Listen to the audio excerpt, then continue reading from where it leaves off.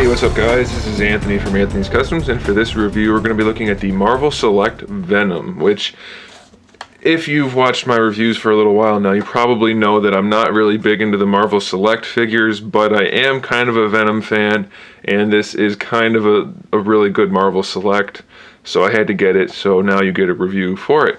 He stands to the top of his normal head, just under 8 inches tall, give or take a little bit for the little heads here.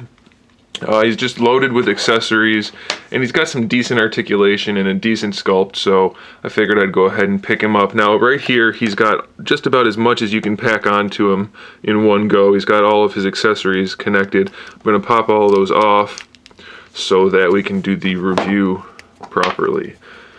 Before we go into the figure itself, let's just look at what you get in the package. So you have the standard body, of course, which is all you're going to get as far as the body goes. Then you have a whole bunch of different sets of hands, and they're all interchangeable.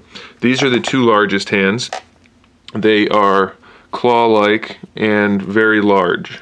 Okay, they all have the little web shooter thing on them on the top of the palm there. So these are the two largest hands. None of the fingers are articulated. They all just have a peg swivel at the wrist. So those are the two largest ones. The two smallest ones are probably the fist. Well, no, they're probably these right here.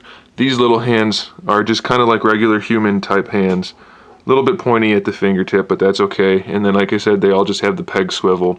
They don't actually have the shooter on these little ones, just the white spot. That's why I think they belong on the extra arms, which it comes with, obviously. And how those work is they just peg onto these pegs right here next to the elbow pin. So they just go on there, and they look kind of silly unless you have the whole thing put together like I had in the beginning. But technically you can pop these hands off and interchange them. So if you like the way that looks better, you can go ahead and do that. So you have two of those. You have two fist hands, which have the web shooters on them. And these fit nicely onto the standard wrists. These are one of the better options, I think. I don't really care for those big hands too much. And these fit just about perfectly on those hands. So even though they look, or on those arms, they look a little bit small compared to the arm, but the wrist itself fits nicely. So the two fist hands are a good choice, I think, for the arms. And then you also have these open palm hands, which I think are the best choice for the regular arms. Maybe put the fists on these back arms, which are connected to the back piece. We'll get to that in a second. These just stay here. But I would take these hands off personally. It's my choice to do it this way because I think they just have the best proportions overall. So peg those on. They fit just as well as the fist almost. They have the web shooters, and they just have the best look because they take up more space than the fists. So I do like those the best, so we'll do the review with those on. And if you're just going for like the Venom from the Spider-Man animated series back in the 90s, these hands are probably the ones you want to go with. Maybe the fists, but for me, these are the best. He comes with this back piece, which just snaps on, as you saw before I took it off. Just snaps on over his back, and that gives you all these little Venom symbiote heads. The heads are interchangeable, so that's fine. I'll get to that in a second. These are actually individually posable, just the four main ones, not the little ones.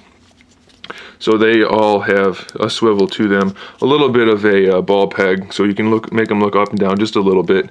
This one is just about in scale with Marvel Legends, so I wouldn't be surprised if some people pick that and use it for a custom, but I mean, I wouldn't do that because then this is going to be missing a head. But you do have this. It's got the fully sculpted spider logo on the back and all the standard paint jobs. And like I said, these are all individually posable, even though you're not going to get much use out of it. You do have that option. We have some alternate heads. First we have this older one, which is, I think, the first iteration that we've gotten of Venom in the comics. And it's a pretty nice head. I do think, even though it's a little bit smaller technically than the one with the tongue, the way it sits on top of the neck makes it look a little big sometimes, but overall it's pretty good, so I like that one a lot.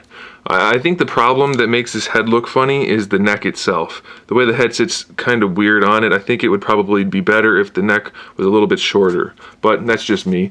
And then of course we have the one that is more commonly used as of late, which has the fancier teeth and the bigger eyes, well, weirder eyes, and then the big open mouth with the slimy drool.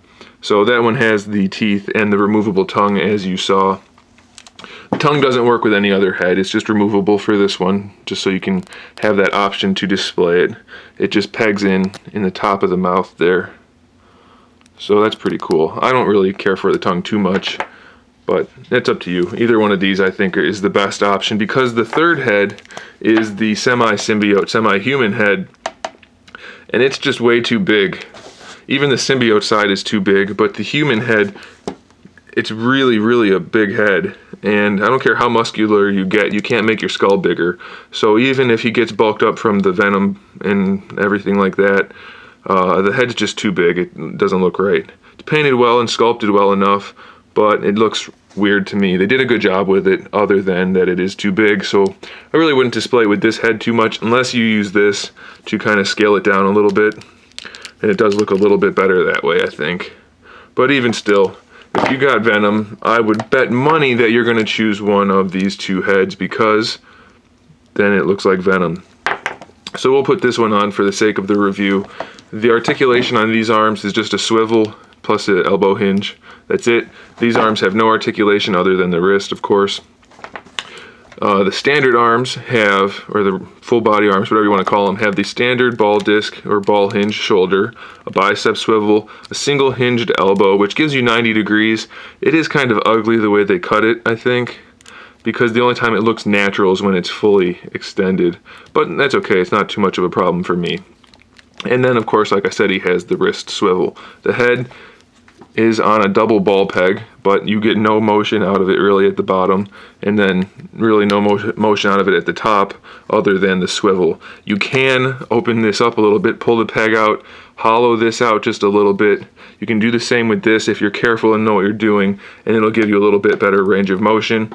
Do that at your own risk. I'm not going to be responsible if you screw up your Venom. Torso, same type of situation. It's got a double ball peg in there, but you have almost no range of motion in it. The way they did that, it's just not handled well. So what you might want to do is pop these apart, hollow them out a little bit, and it'll give you much better range of motion. You really have to force this to get it moving, so that's a problem. Waist swivel is fine. Standard Marvel Legends, or I mean Marvel Select type of hips for recently. It's really basically a DC Universe Classics hip piece. Not the greatest range of motion, but good enough, and they look okay. He's got a cut joint in each leg at the thigh, and a single joint for each knee, just like the elbows. The ankles also have a single pivot. I've noticed that a lot of them have kind of like this bent leg syndrome, where they just kind of swoop this way just a little bit of hot water or a hair dryer, though I recommend the hot water over the hair dryer, will fix that, and you'd be able to get them standing no problem. The ankles, I've noticed, are a little bit loose on some of them, but even though he is top heavy, they don't work too bad, and you shouldn't have too much trouble. As you can see just right here, this makes for a perfect standard Venom. He's not all goopy like some of them are. He doesn't have all the tendrils, and I think this is the Venom that most people probably like. It's pretty much the same kind of Venom that I made the custom of, so I'm a little partial to this design right here. Or at best, or not at best, but second best option is this one right here. If it didn't have the slimy mouth, I'd like it a lot more, but it does. So either one of those, and you're going to be a happy camper, I think. He's not the best at posing, just because the legs, even though they have the articulation, they're still fairly limited due to the ankles. So be careful. He might take a shelf dive if you're not too cautious, but I think you should be okay, and I think you'd be happy if you picked up this figure, because it is probably one of the best Marvel Selects, if not the best, and it is definitely the best version of Venom that we've gotten from retail. So there it is, guys. There's my review for the Marvel Select Venom. I do recommend it. It's a good figure, and you will enjoy it if you get it. Thanks for watching. Stay tuned for more figure reviews and custom figures and other good stuff. In the meantime, keep collecting.